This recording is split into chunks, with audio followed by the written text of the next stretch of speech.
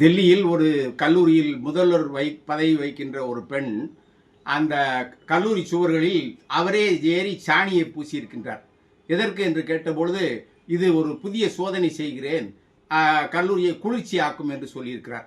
உடனே மாணவர் தலைவர்கள் சிலர் சேர்ந்து, இந்த சோதனையை உங்கள் அறையில் செய்யுங்களேன் என்று அவர் அறைக்குள்ளே புகுந்து புறம் சாணியை பூசியிருக்கின்றார்கள். அல்லது உங்கள் வீட்டில் போய் செய்யுங்கள், எதற்கு இவ்வளவு அழகாக பெயிண்ட் அடித்த இந்த சுவரை வீணாக்குகிறீர்கள் என்று கேட்டுக்கின்றார்.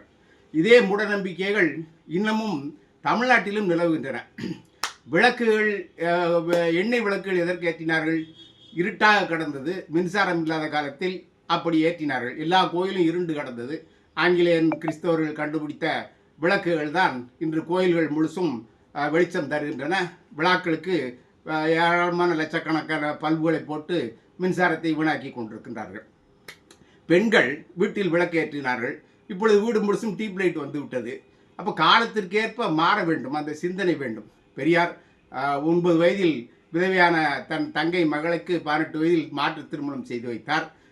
தொடர்ந்து பெண்கள் வீடு அடுப்படிகளில் பெண்கள் நிற்கின்ற பெண்களின் கையில் இருக்கிற கரண்டிகளை பிடுங்கிவிட்டு புத்தகத்தை கொடுங்கள் என்றார். இன்று 80க்கு பிறகு தமிழ்நாட்டில் பெண்கள் முன்னேறி 89இல் சொத்துக்கள், குடும்ப சொத்துக்களில் சரிபாதி பங்கு வேண்டும் என்று கலைஞர் ஆணை பிறப்பித்தார்.